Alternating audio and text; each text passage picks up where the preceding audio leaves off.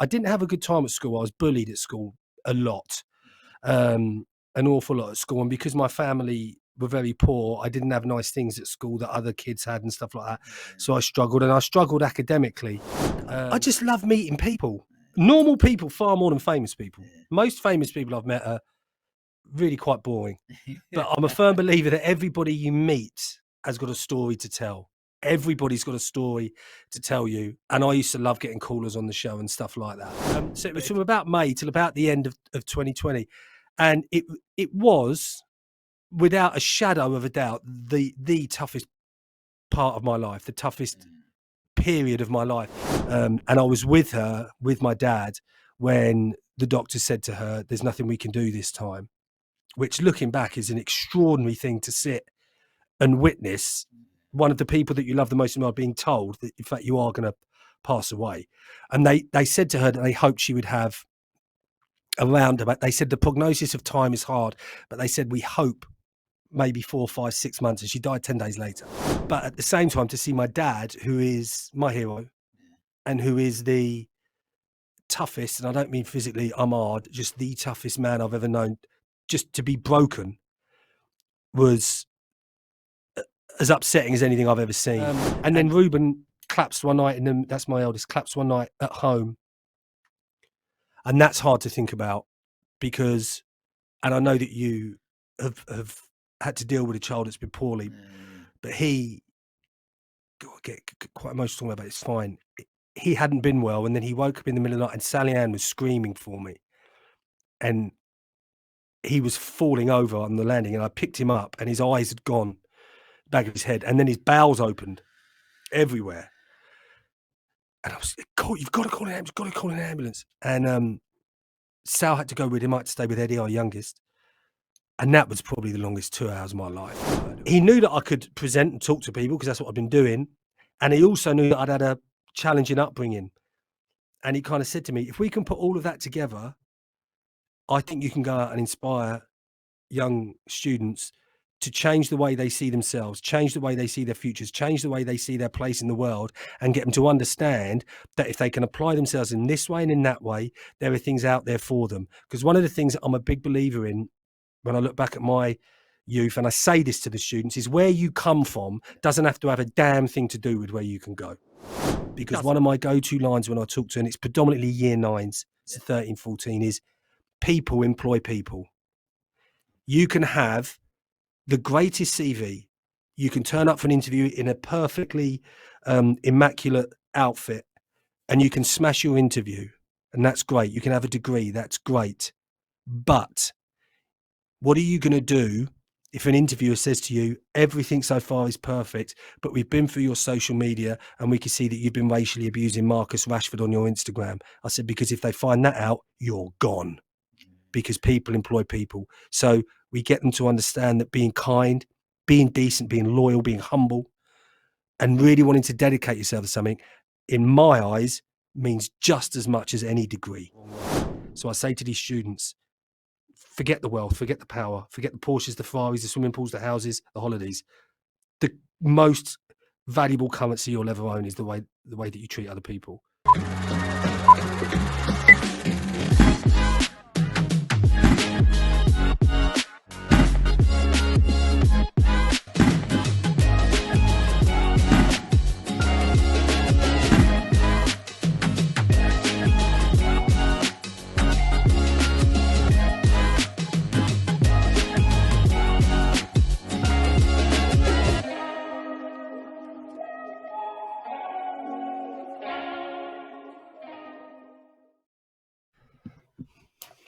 Okay, here we are. Here he goes. Live for the second episode of the 24-hour podcast. How was the first? Mate, awesome. Good. We chat with Matt Hunter, who's obviously co-founder of Plus X. Yeah. This is my new happy place.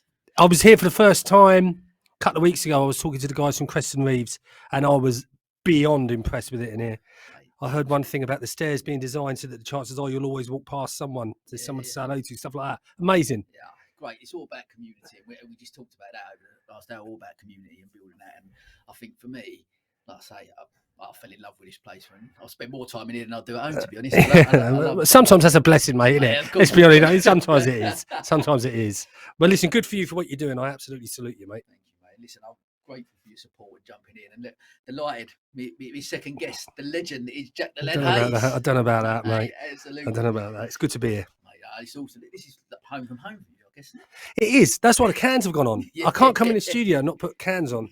But it does feel weird sitting this side of the desk with someone else asking me questions and stuff like that. So I was thinking about it as I was driving in, and I was thinking, wow, it's going to be really, really interesting, because usually it's me that sat there with the prep sheets interviewing others. So this is like a novelty for me. So I'm going to enjoy it. Mate, I hope so. So much. So let's jump straight in. Tell listeners a little bit about your story and career. So yeah, Jack the Lad. I wasn't born in Sussex. I was born and raised in South London. I'm a council house boy, very proud of my roots. My parents moved down here when I was 16. I stayed in London for another year till I was 17. Then I came down, and I didn't really know what I was going to do, Sam, to be honest with you. My first ever job was at the King Alfred Leisure Centre, the mighty King Alfred Leisure Centre. And I sort of jotted about for a few years. I got into the pub game and clubs. I used to run some of the big clubs and pubs in Brighton. Spent a bit of time in Tunbridge Wells, and then a call came from a guy that I knew that had DJ'd for me, good friend of mine called Mike Pantelli, who was working at, do you remember Southern FM as it was? Yeah. And he said they wanted a breakfast street boy, a character that goes on the breakfast show, goes out in the mornings and gets up to mischief and interviews people. And he said, I know a guy. And I got the call, and that was in 2004. So that's when my radio career started, and it's what we now, 2022. I'm still on air. I can't quite believe it, really. It's extraordinary, the fact that it's lasted this long. I mean, it still overwhelms me a little bit, to be quite honest. Yeah, I bet. So what did you like when you was at school and stuff? What did you think about doing? What was your passions? Or I didn't really know. My passion when I was at school was football, and I was a good footballer, but that was never going to happen. I think the percentages of that happening for so many young lads who dream of it are very, very small, because it's a very, very popular thing for people to try and do. But I don't really know is the answer. I didn't have a good time at school. I was bullied at school a lot, an awful lot at school, and because my family were very poor, I didn't have nice things at school that other kids had and stuff like that. So I struggled academically. So when I came out of school, I knew I wanted to hopefully do something involved with sport. So I did a year at college doing a sport and leisure management course, which was great. But then, it started off in the leisure centres, and then I sort of just fell into the pub game, I think, because I got a bit of chat and that, and so I sort of fell into that. But radio was never, ever, ever anything I'd ever considered until I got a call from a mate who said he knew some people that needed someone. So I absolutely fell into it when I was 29 years old. Wow. And so nearly 2 decades on the air. Yeah. Tell me some of the highlights. Tell me the highlight. There's been highlights. I mean, I did 2 after I started at Southern FM as it was. I started in March, and in July they put me in a Ford KA and said to me, we want you to drive to Portugal, where the European Football Championship is just about to start. And I had to drive from the radio station to the hotel I'd booked. And whoever could guess the exact mileage that it took me to get from the radio station to the hotel in that car would win that car. And I did that within 3 months of starting on the radio. So that was a bit of a trip. And I did that a couple of times. I did it also to Germany for the World Cup. I enjoyed doing that sort of thing. My highlight, the thing I'm most proud of, is the fact that I stayed on that station on breakfast for 15 years.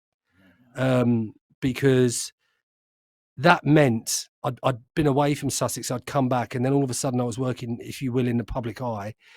And what that meant was that the people of Sussex really took me into their hearts. And that's the thing I'm most proud of, because 15 years on a breakfast show, the same show, that doesn't happen. That's super, super rare. And I'm proud of that, because if an audience want you gone, you're gone. I mean, they're the ones, if they're not listeners go down, you're gone.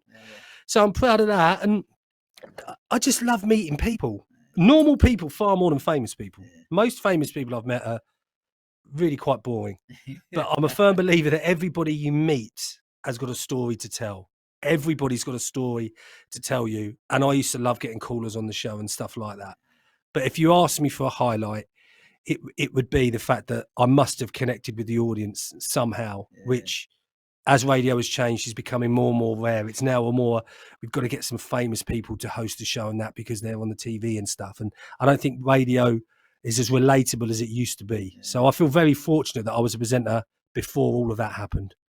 Love that. And listen to you talk about that. Like, basically, with the podcast, the tagline that's just come out of it over the last, I've nearly done 50 episodes now, is my tagline is everyone has a story to They tell. do. I really, but I'm the same as you. I believe that. Like, and I just feel honoured and privileged, like, to have this space to be able to speak to. But and I mentioned in a previous one that, you know, I've had people who've come on here who have sold businesses for 100 million, and then I've had people who've come on who are just starting on their journey, and that excitement and not knowing what's happening, and everyone in between that as well at different stages.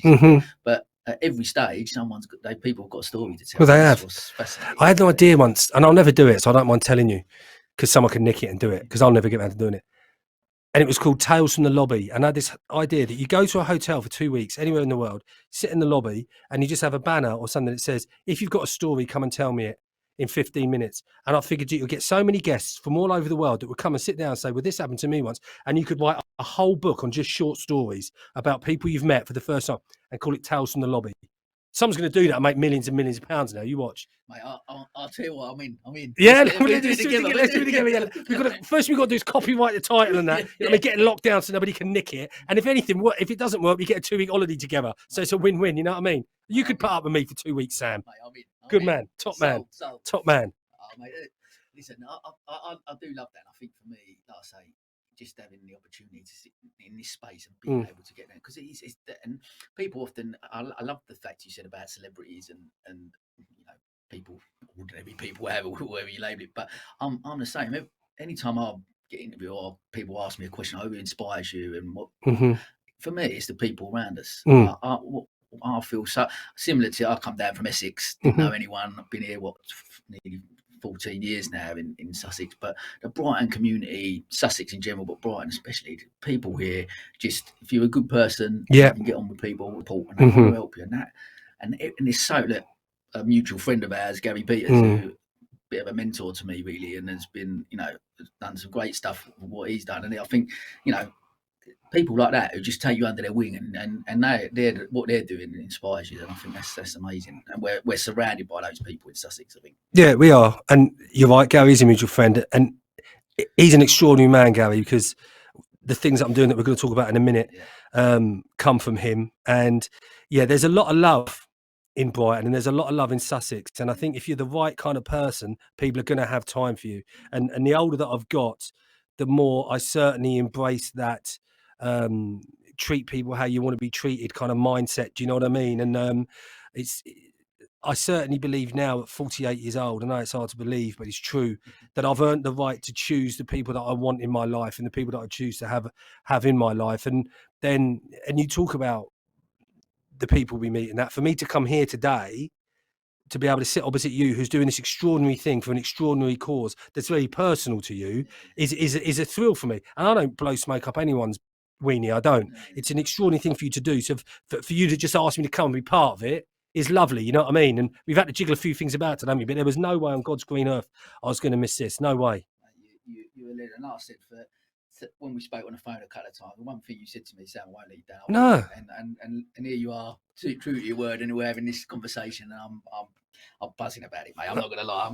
It's great to have you on it. And I really want to talk, because I maybe sort of spoke a little bit offline, and I've known for a little bit of time, but I always talk on the podcast about challenges that we face throughout our lives, careers, whatever that looks like, and how people respond to them. So I just want to talk to me about a period, 2019 through to the sort of pandemic. So you've finished 15 years career on the radio, lost a good friend, your mum passed away, you had to witness your dad suffer a heart attack just a week after that.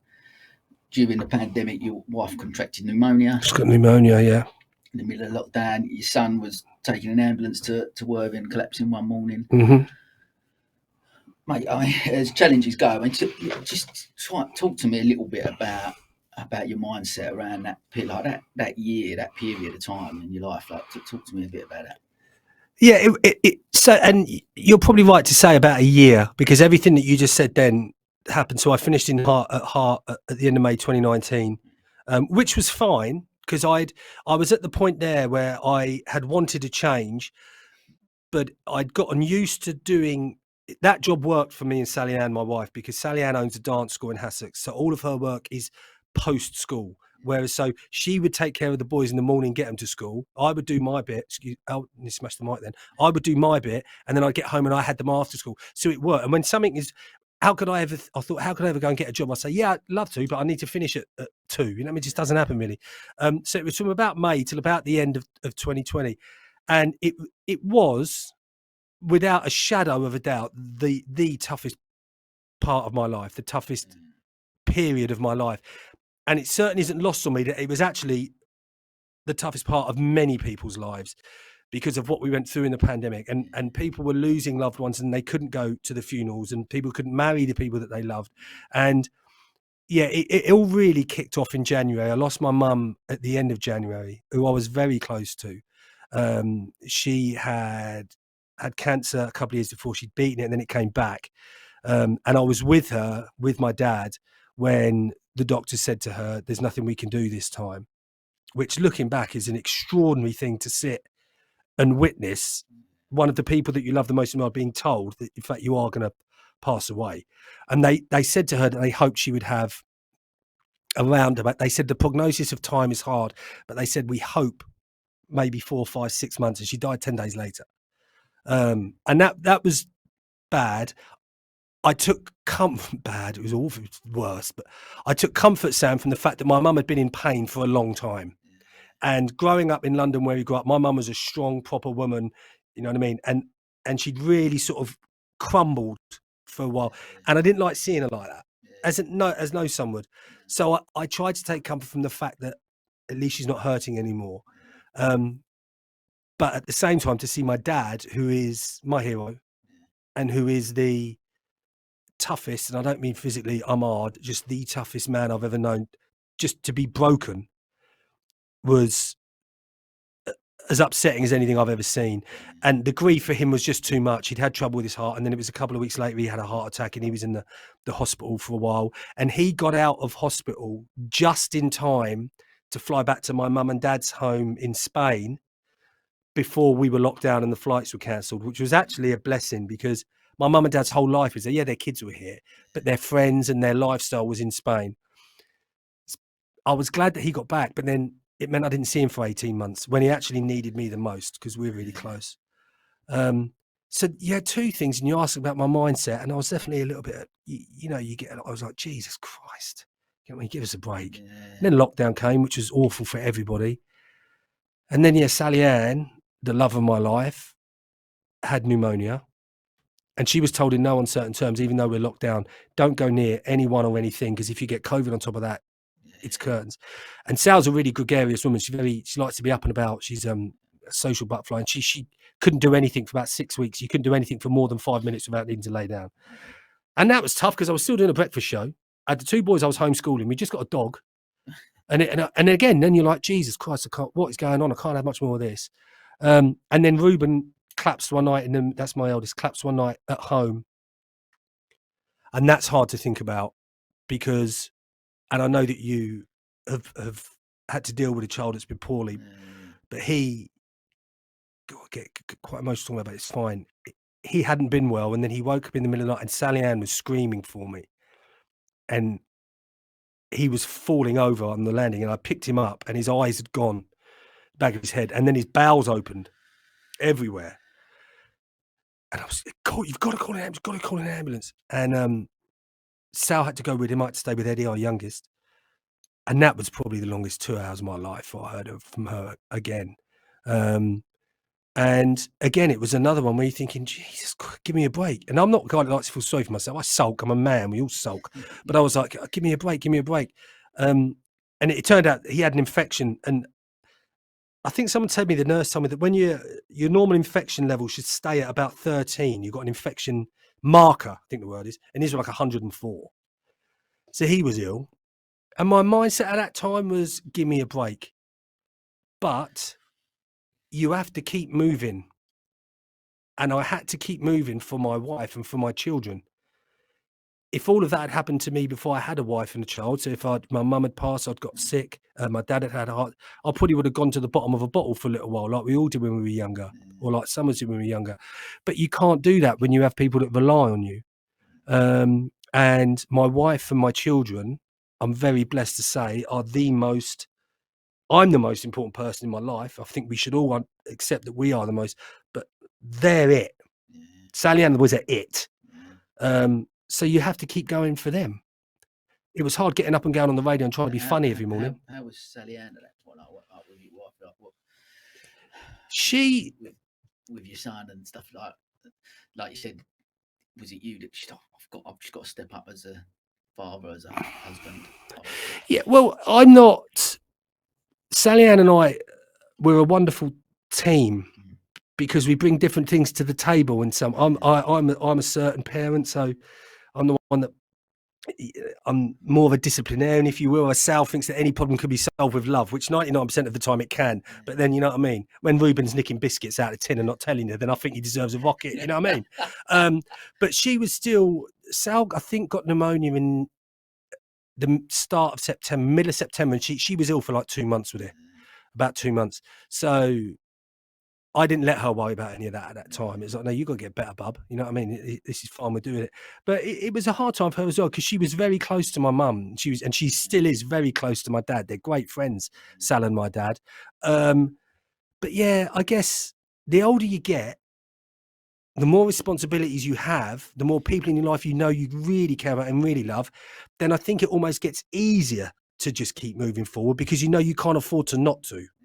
Do you know what I mean? Yeah, I do, I'm not the most resilient guy. I have it. We all have it. And like I said, sometimes I sulk, but I'm aware now, the older I've got, and I'm far from perfect, that there's a time to sulk and then there's a time to step up and keep going. So when I lost my mum, I needed to focus on my dad. And then when my dad got better, we got locked down. Then Sal got ill, I need to focus on Sal. And you can't always focus on yourself because you've got people that love and depend you know what I mean? But yeah, as a period of my life, absolutely shocking. Shocking.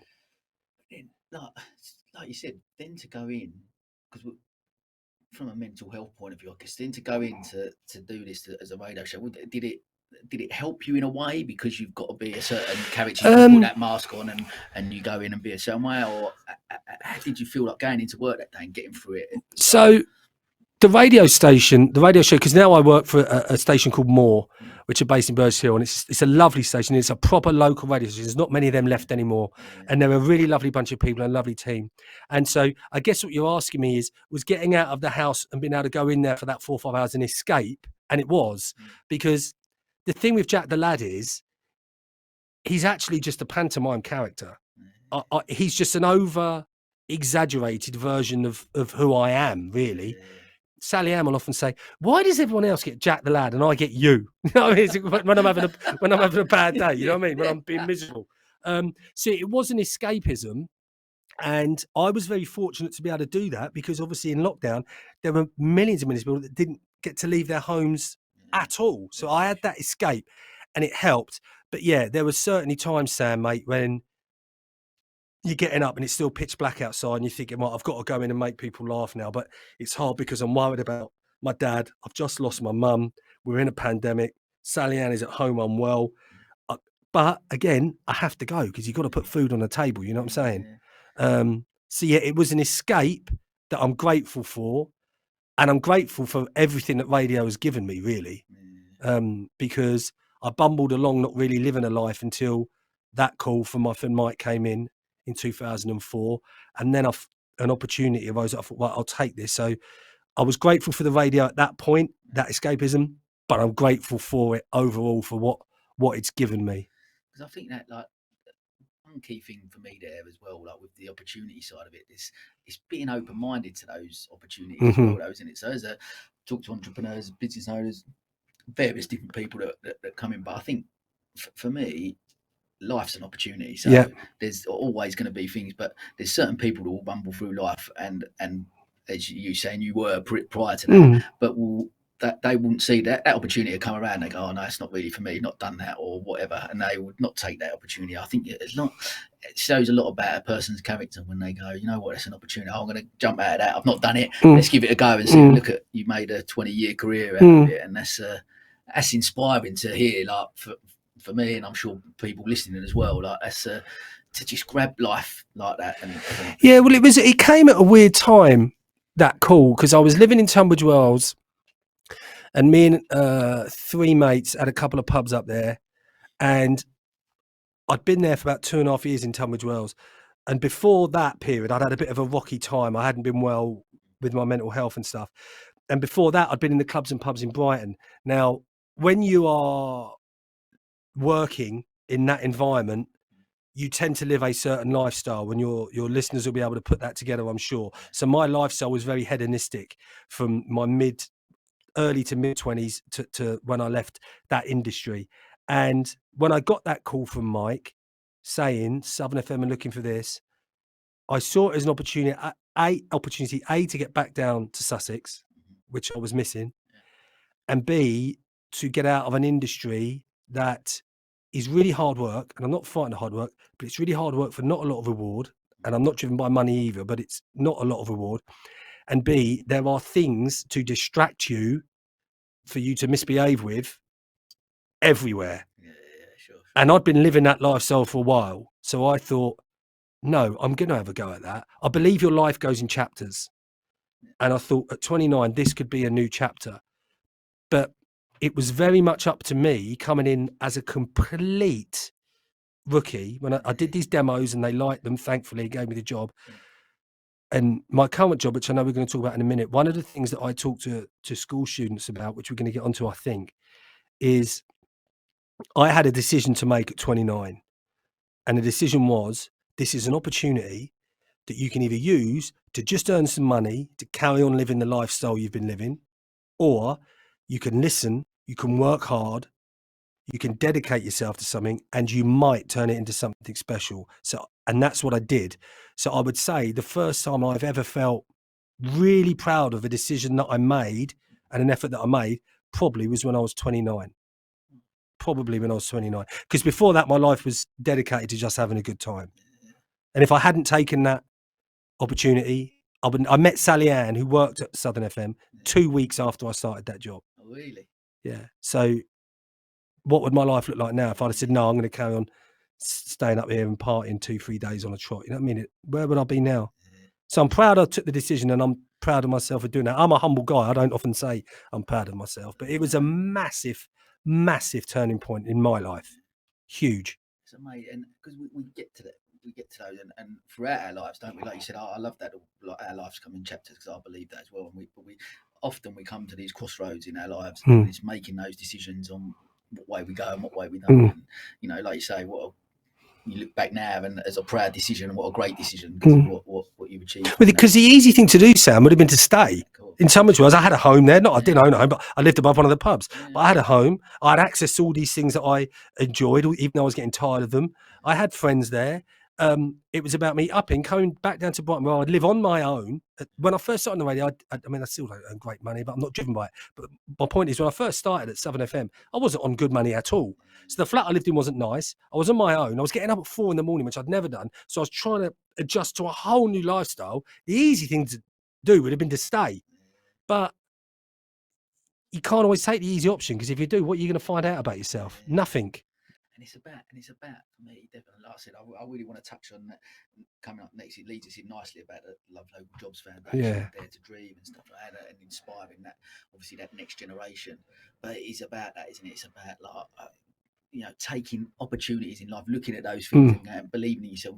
Because if you keep doing the same thing, there's that famous saying, you do the same thing, you'll get the same results you've always got. And that's the path you do. But if you're questioning, if there's anyone listening, and I guess talking to the students, people that go, this is not right in my life right now. No. You're the one in control to try and change that and take those opportunities to go, I need to change something to take a different path. And the thing is, you can live your life by a million cliches, and I don't mind a cliche. There's some amazing cliches out there. You know what I mean? But you live and die by the choices that you make. And if you sometimes need to make a choice that you're not comfortable with, because you're looking at what that choice and that decision is going to look like a couple years down the line. Do you know what I mean? And you know, if you stay in one place long enough, you become that place. You know, and I didn't want to stay and live the life that I was living. So it did take a bit of bottle, I guess. But at the same time, that opportunity, when I look back at it now, it wouldn't have arisen unless I was a certain kind of person where people thought, well, we can have a punt on this lad. He looks like he might get it right. So, yeah, but there are lots of people that work for a long, long time in radio, in hospital radio, and on really small stations, some of which do brilliant work, by the way, to just try and get the opportunity to be on a breakfast show the size of the one that I was plucked from and put on. Because at the time, that was a monster of a breakfast show in our part of the world. So I'm very grateful for that. It would have been an insult for me, and I didn't think this at the time, but looking back, it would have been an insult to those people if I'd have just gone in there and not taken it serious. You know what I mean? Yeah. I do. Well, look, let's talk a little bit about the Dare to Dream program. What inspired you to get involved in that? I guess, like, I know obviously, like I said, we've got a mutual friend with Gary and stuff, but what inspired you to get involved in that? And what sort of, you obviously, just your story alone, I guess, is inspiration to those people. But what type of other things do you talk to the kids? So when I left Heart, I had a couple of bits lined up, so we weren't going to be destitute, you know what I mean? But I didn't have. That was where people were saying, "Oh, people know Jack, lad, we can use his profile and whatnot to help us out and stuff." And I did that, and it was great, kept some money coming in. But I knew I hadn't got anything that I thought could become a long-term thing. Gary, as you know, Gary Peters is the founder of LoveLocalJobs.com and ICP Search, which is its kind of sister company. And I phoned him up because he had a job board. Know what I mean? I was going to say, Gary, do you know any decent jobs floating about? Because I would have gone on the bins. No, but I would have done anything. And it's just another twist of fate. We talk about twists of fate coming in. And he said to me, come in. And he talked to me about the foundation. And he said, I want to get this out to as many kids as I can across Sussex. He's passionate about the next generation of people in Sussex, as you know. He knew that I could present and talk to people because that's what I've been doing. And he also knew that I'd had a challenging upbringing. And he kind of said to me, if we can put all of that together, I think you can go out and inspire young students to change the way they see themselves, change the way they see their futures, change the way they see their place in the world, and get them to understand that if they can apply themselves in this way and in that way, there are things out there for them. Because one of the things that I'm a big believer in when I look back at my youth, and I say this to the students, is where you come from doesn't have to have a damn thing to do with where you can go. It doesn't. And some people can use it as an excuse. And so we do that, but that's what I do now with them. And I love my job. I'm one of and I say to the students as well, I want for you what I have got, because I don't spring out of bed anymore. I'm a 48-year-old man, you know what I mean? I creak when I get up, but I never get up thinking, oh no, not that again, ever. And I say to these students, you can have that if you decide to implement this, and to not listen to the people that are telling you that you can't have that. Screw them, get rid of them.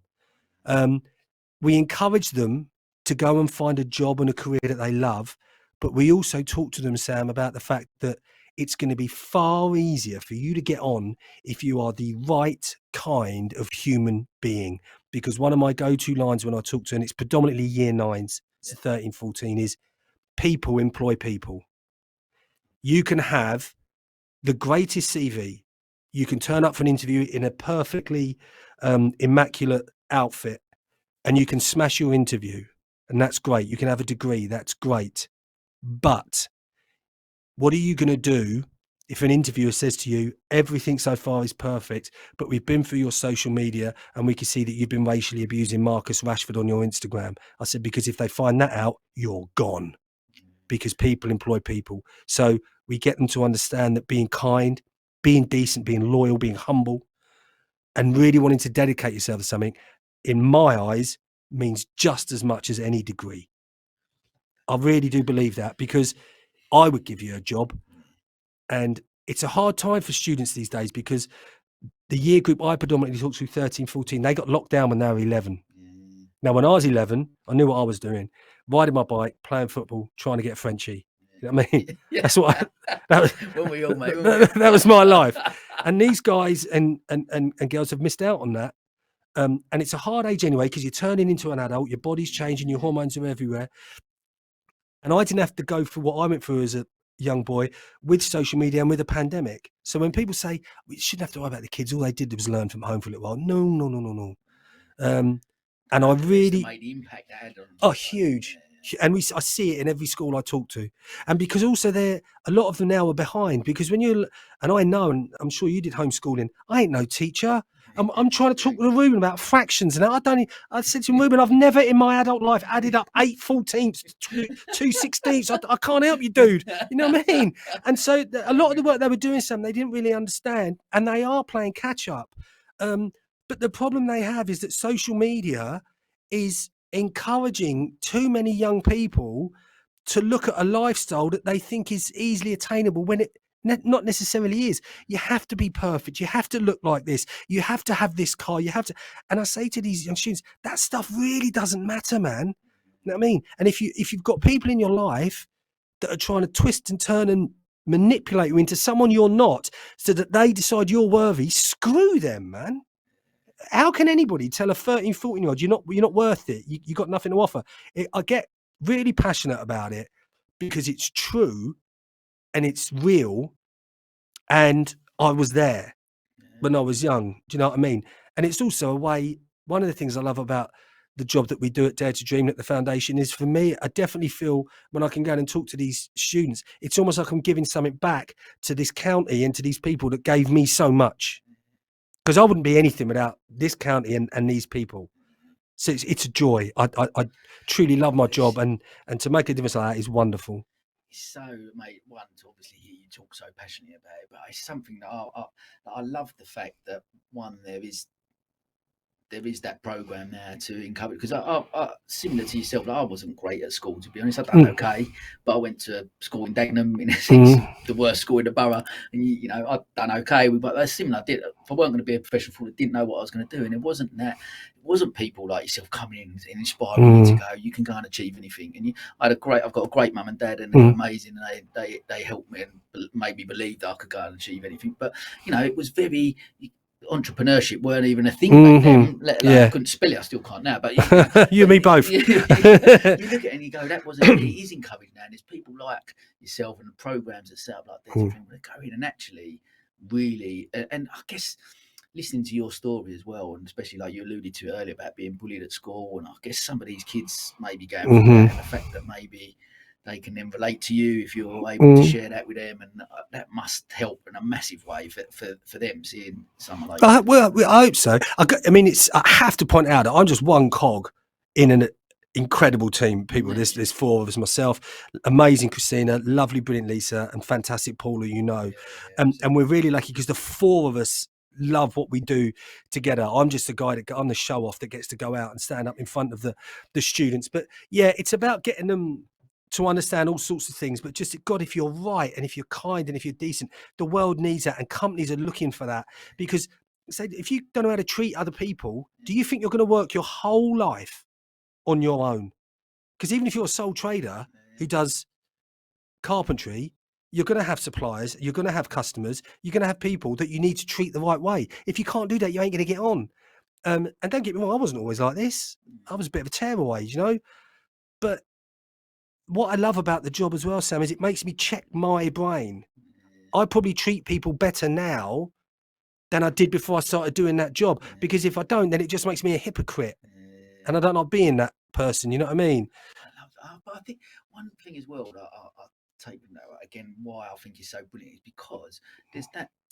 Look, we don't teach this in school, but you're right. People buy from people, and you go out. Like I said, I didn't do great at school, but I like to think, because of my mum and dad, I was brought up to be a decent person, try and be a good person, and that's what I was taught. They were the fundamental things.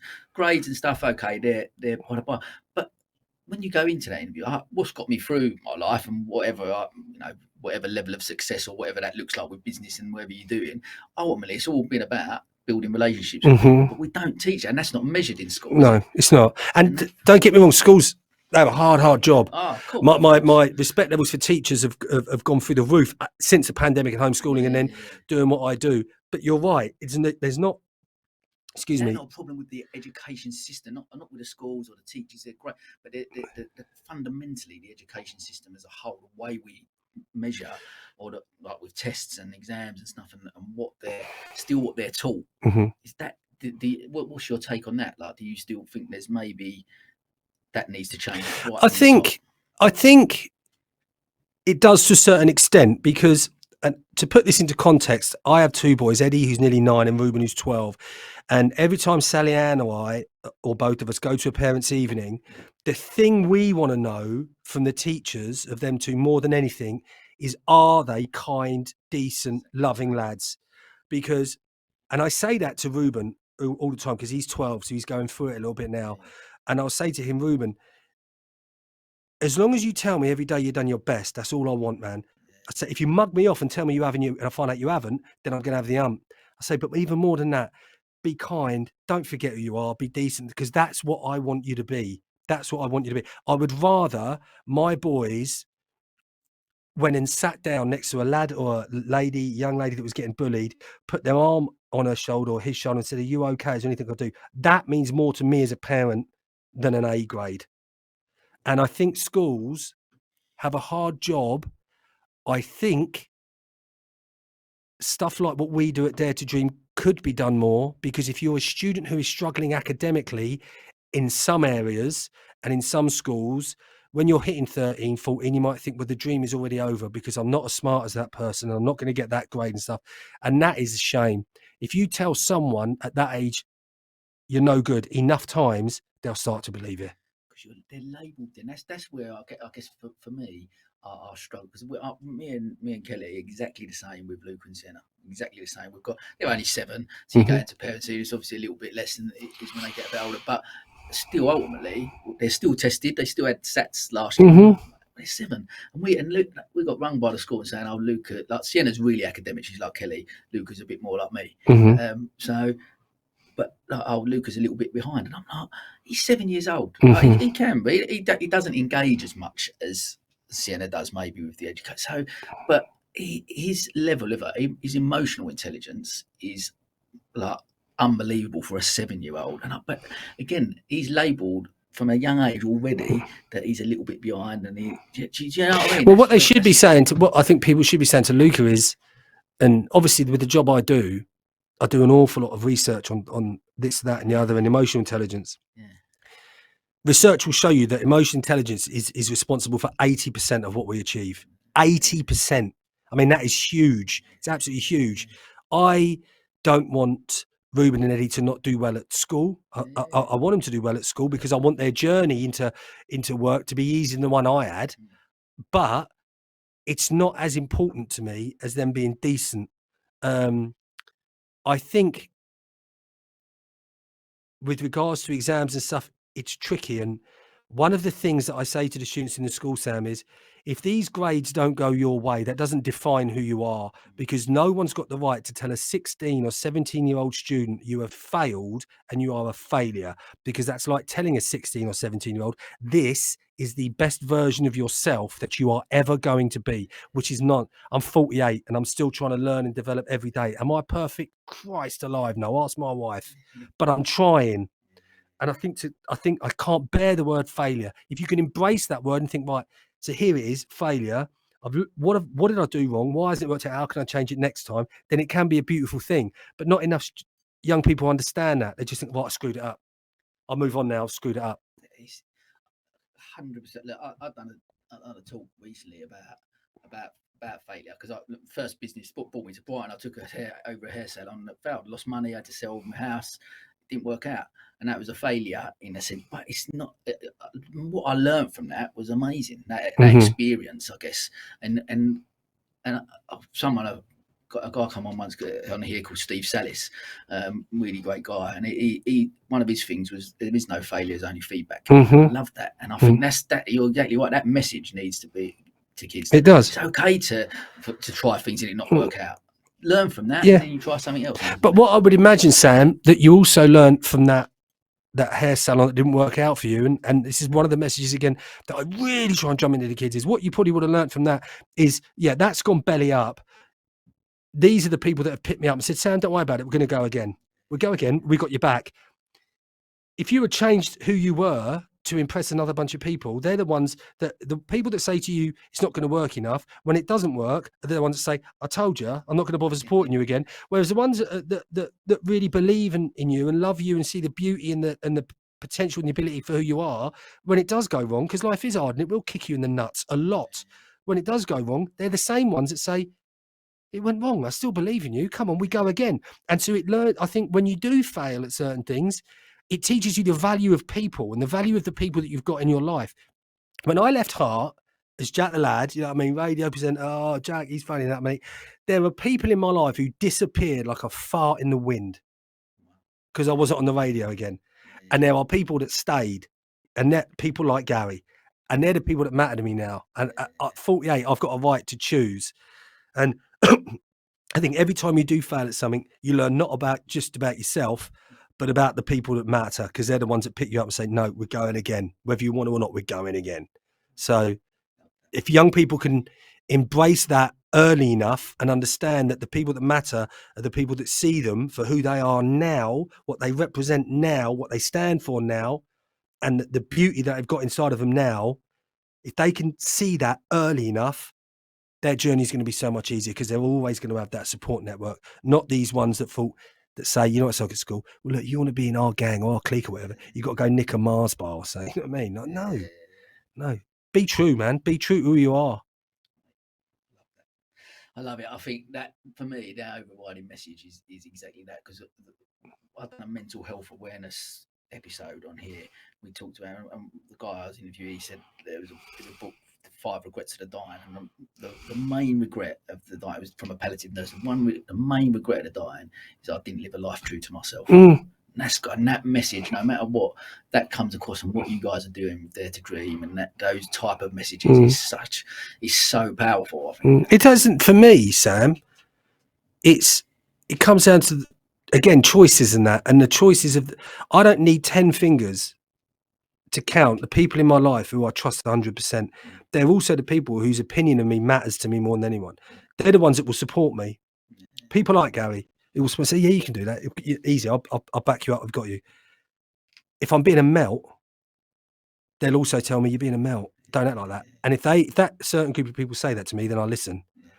You know, because nobody's perfect. Perfection doesn't exist. It's just a race you have in each day against yourself. Try and be ahead, and you're doing a good job. But yeah, I think that's really powerful that I didn't live a life true to myself. I don't want to be laying thinking about that when I'm taking my last breath. You know what I mean? Absolutely, mate. Absolutely. Well, before we go into sort of our quick fire questions, Yes. just want to. You mentioned in a recent post that you're starting the second part of your life. Yeah, it feels like that. What does the future hold for Jack the Lad? I don't know. I try to not think about tomorrow too much. Although Sally Ann would disagree with that, because if you ask her, I say to her, I'll do it tomorrow a lot. But in the grand scheme of things, I try not to think about tomorrow too much, because I've got today to focus on first. The things that are most important to me are to be a good husband and a good dad. That is my biggest ambition, bar none. And I don't always get it right, but I don't think any of us do. That's my biggest goal, is to be happy and to be a good father and a good dad. When it comes to work, I think what we're doing at Dare to Dream now is just the start. I think because of everything that young people have been through the last years with the pandemic and everything, I think there's so much demand for the work that we're doing, and I'm really excited to see where we as a team can take this program, because I'm so passionate about it, and we all are. I want to be working for this foundation and for this program until the day I retire and don't work no more, whenever that'll be. Excuse me, I just did an inside burp. You might have got it on the mic. And as far as, I just want to be happy, man. I mean, that's all I want. I don't care about fancy things. I'm not driven by money. I like going on holiday, and I believe that for everything that money can buy you, there's a dozen things more that it can't. I saw a thing Money can buy you the best doctors in the world, but it can't buy you health. Money can buy you the best holidays in the world, but it can't buy you the sun. You know what I mean? Money can buy you the best bed in the world, but it can't buy you sleep.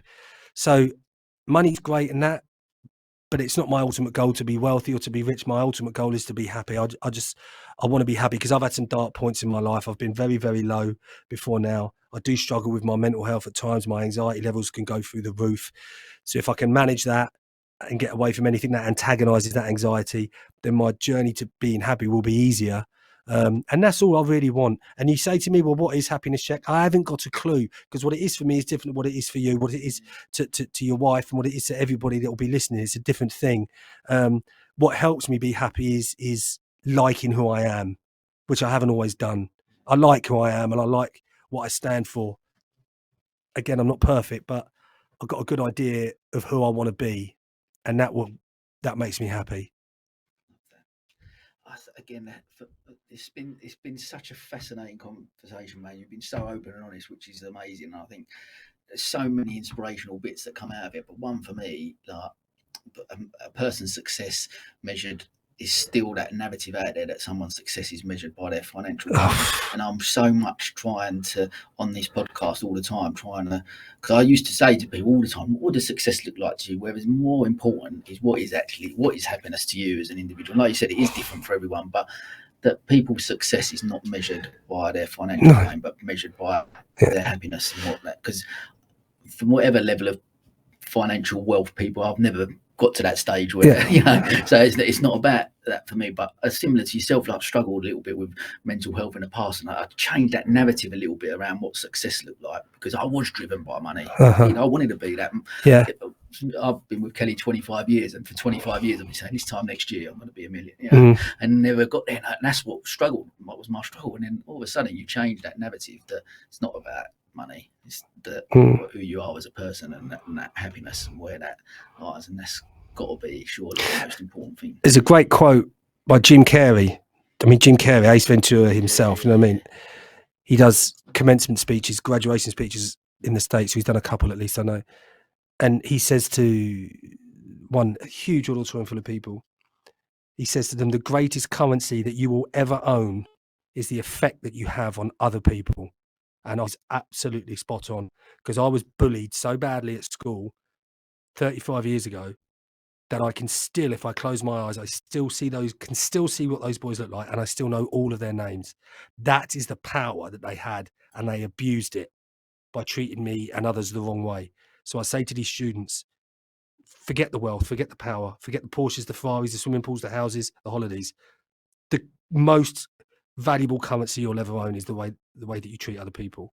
I think that's absolutely spot on. That means more to me than any car or any holiday. Mate, what a great way to sort of wrap up. Look, we're going to finish always, as I've done with every episode, with our quick fire questions. So, when he sat the light in the mood in there, it got a bit heavy there for a minute. You know what I mean? Honestly, I'm so grateful for, like I said, just being so honest with me. It's a pleasure, man. It's a pleasure. Like I say, the inspiration for me sitting here listening to it, but certainly people listening as well, and what you do with Dare to Dream and go out and inspiring that next generation. I'm so fortunate to do it. I just adore my job. I'm so lucky, so lucky. What you got for me? Quick fire. Right. One piece of advice would you give to your 18-year-old self? Oh, Jesus Christ. How long have you got, man? How long have you got? Embrace gratitude.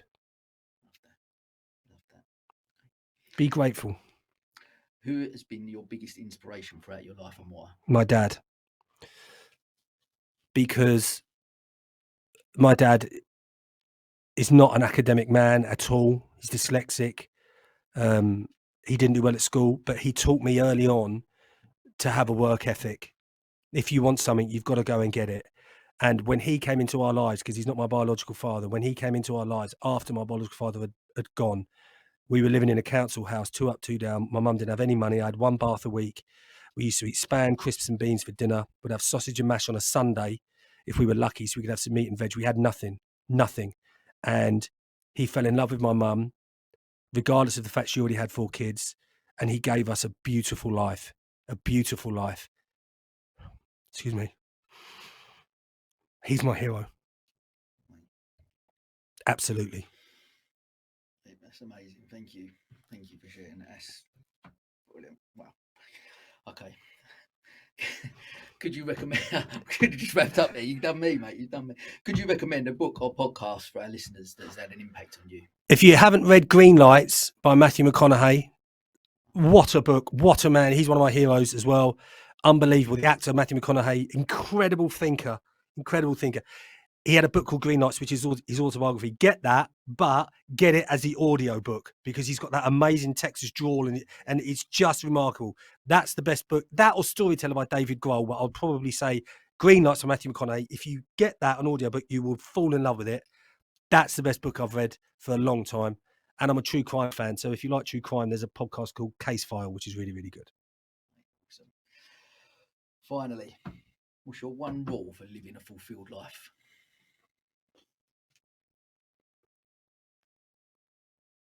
Choose the people that you let into it carefully.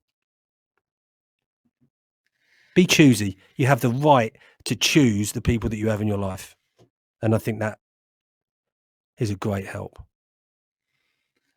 Honestly, that's been one of the brilliant conversations I've had. I really enjoyed it, man. Absolutely loved it. And you are true inspiration. And it's fascinating to chat to you. And mate, I could have sat here for 24 hours chatting to you. Yeah, bless you, man. So, hey, listen, and don't think, I mean, I'm an inspiration. Look what you're doing here.